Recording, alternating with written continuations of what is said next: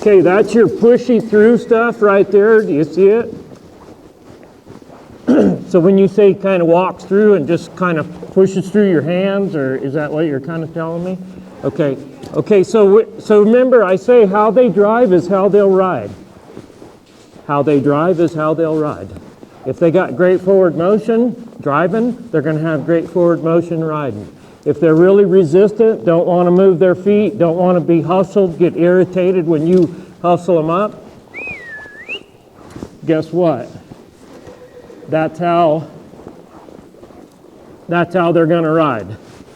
If they're pushy, like he pushed through me right there, I can almost predict it and call it that they're going to be a little pushy through the bridle reins and push on your hands and push on your feet, okay?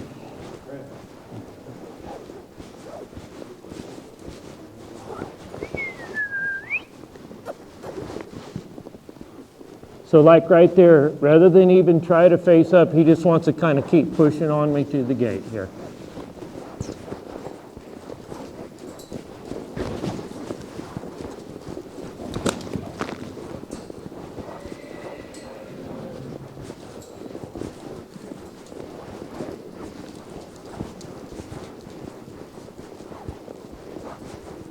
On the shoulder, behind the eye, is how we're driving.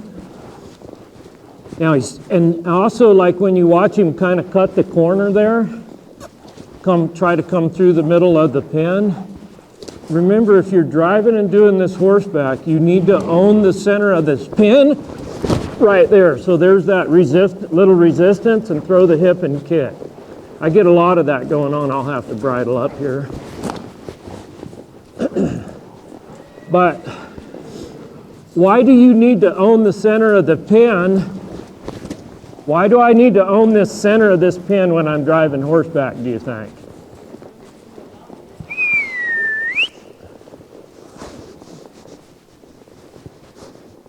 Have you ever contemplated the whole point and purpose in a round pin, you guys?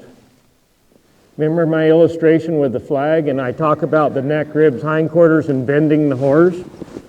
A round pin is to round the horse, okay? Way back when, they figured out, you know what? Rather than ride this sucker down a straight fence, remember I said getting in frame to run off, get framed to buck, getting framed to rear up and go backwards? They figured out in a round pin, if you rounded that horse, it was a lot harder for that horse to really get in frame and buck. So see where he's at now out there? Out to the outside. If you drive and push these horses to the outside,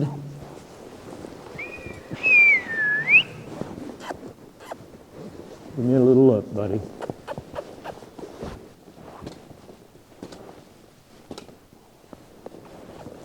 Okay, I'm trying to give him a release. He wants to face up still and push on me. Okay, so back to the round pin part of this.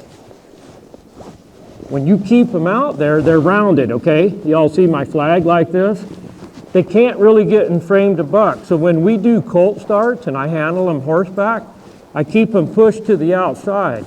You might have to ride through a little hop or two, but the horse can't really get stiff and straight unless he can come off that wall and come through the pin. The other thing is, like on a round pin, for a horse to try to jump out, it's not possible to hardly jump out of this thing when he's pushed to the outside. But if he can come off that wall, come through the middle of the pin and get perpendicular to it, he's all in frame then to hit that fence and jump out. Are you all kind of with me? Hence the point and purpose of a round pin.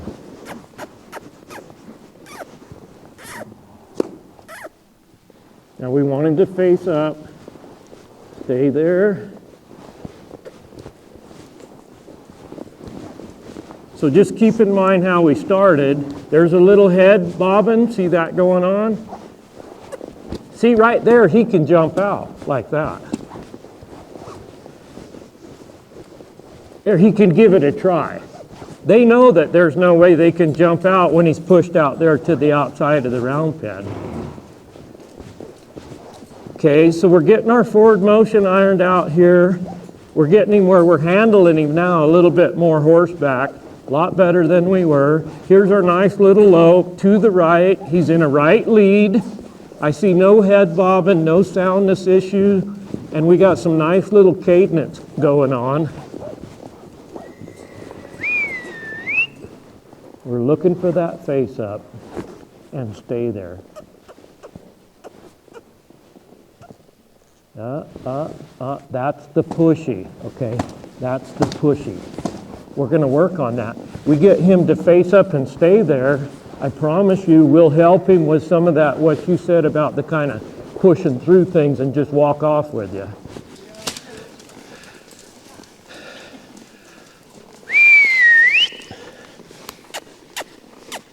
Whoop, whoop, whoop, whoop. Okay. See the change? See the big change right there. He's actually standing there and just kind of reevaluating all his options a little bit, and he's kind of thinking, you know what? Maybe just pushing right through the pin and charging up to this guy is the wrong thing to do, right? That's a big change right there. Big, big change. I would like to get it on the other side, kind of like that, and then we're going to catch him and kick him out of here. So he took just, I don't know, he's taken a little bit longer than some of the ones yesterday. And I will tell you this, and you'll probably see it with yearlings and real young horses come usually a lot faster and easier. When you wade into these older age class horses, 15 years old and that, like I said, the military wants us at 18. They don't want us at 60. Why? Because we're moldable, we're shapeable, you know what I mean? We can kind of, and so it is with horses. When you're 15 years old, he's went a while, kind of doing things his way and figuring things out. So when you bring him in here and you drive him and you handle him horseback like this, it's a whole psychological reprogramming. It's a complete reboot. And it's also very humbling for some of these older horses that are pretty dominant and stuff. It's humbling. They're kind of like, whoa, I guess I'm not necessarily at the top of the food chain here. I don't.